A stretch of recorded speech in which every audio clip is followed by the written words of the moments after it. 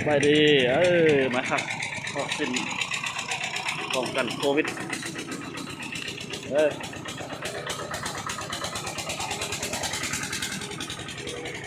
ทีนี้ทีมงานพักแวนเนาะจะมาซักยาป้องกันโควิดเนาะซักวัคซีนคนใหม่เลยคนจีนก็มีจีนคนลาว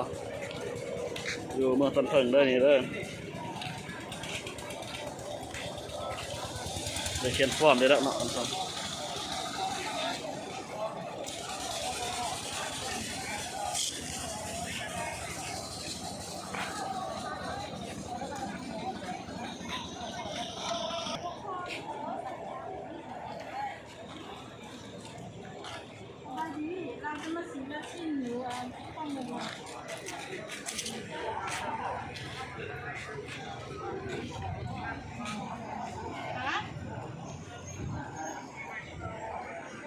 นี่เ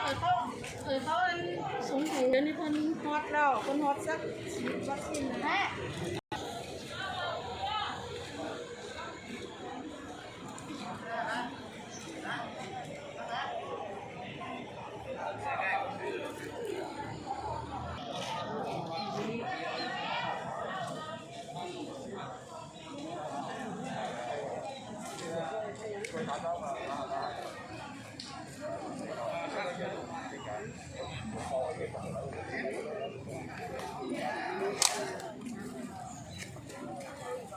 เลือดสงอสม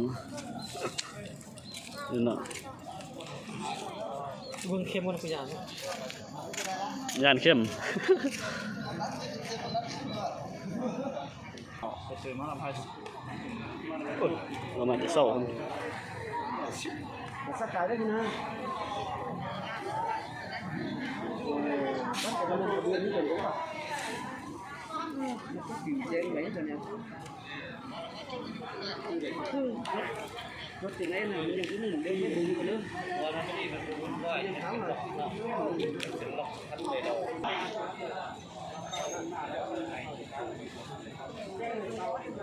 ไอ้เพิ่มซักเลย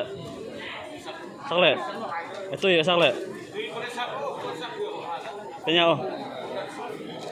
เขากดความดันเนี่ยดิ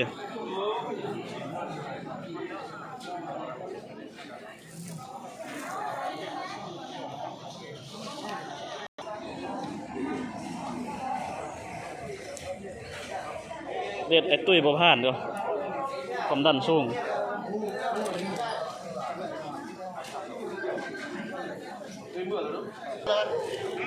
ความดันนะผมมีเนี่ยไม่ห่วยขนม170ขนาด140ลงมาได้แล้วต้องได้สักนี่140ลงมา100ชาวคันรุ่นนั้นก็บ่ได้มันเนาะงานของปกติมัน130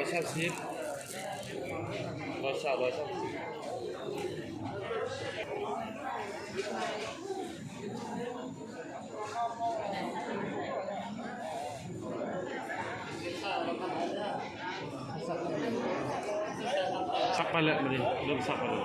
โอ้ยาเข้ามาติ๊กจีนมาช่วยมาอะไรเกือบขันซักในทั่วเทศอะไรเรา7 ล้านซะเนาะ7 ล้านกว่า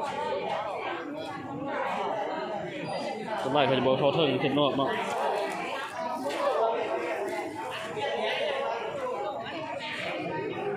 บรรยากาศสักวัคซีนป้องกันโควิดเริ่มต้องสิได้สักบ่ได้วัดความดันสูงไหลก็บ่ได้สักเนาะต้องเอาพอดีพองามปกติ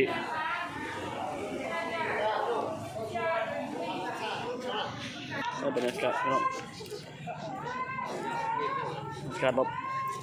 บรรยากาศรอบ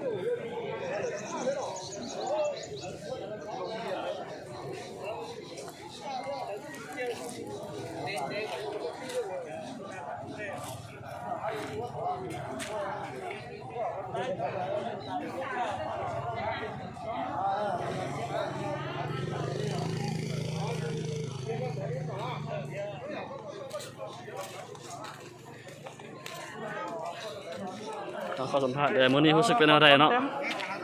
วันนี้รู้สึกเป็นอะไรเนาะตึงเต้ง ลงทะเบียนไว้ไป เอาไปไหนบัตรประจำตัวมานะไปไหม แข่งกัน โอ้ติ๊กติ๊ก เดี๋ยวไปลงทะเบียนเขาบ่ได้รับช่องไม่สัก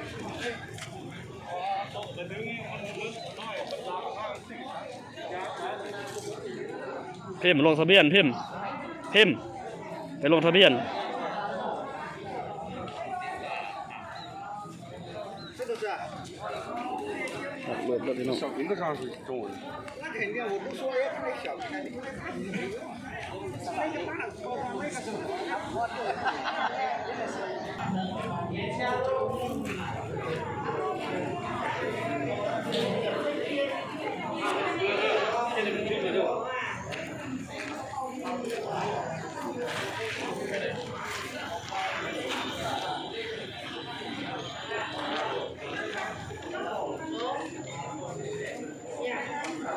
现在嘞，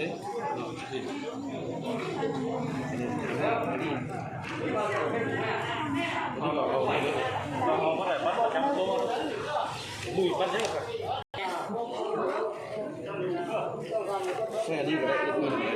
เอาว่าเห็ดเนี่ยครับนี่ดูผ่านโทรศัพท์ใช่ยังไงตัวกับเบอร์โทรนี่คนนี้ได้กว่า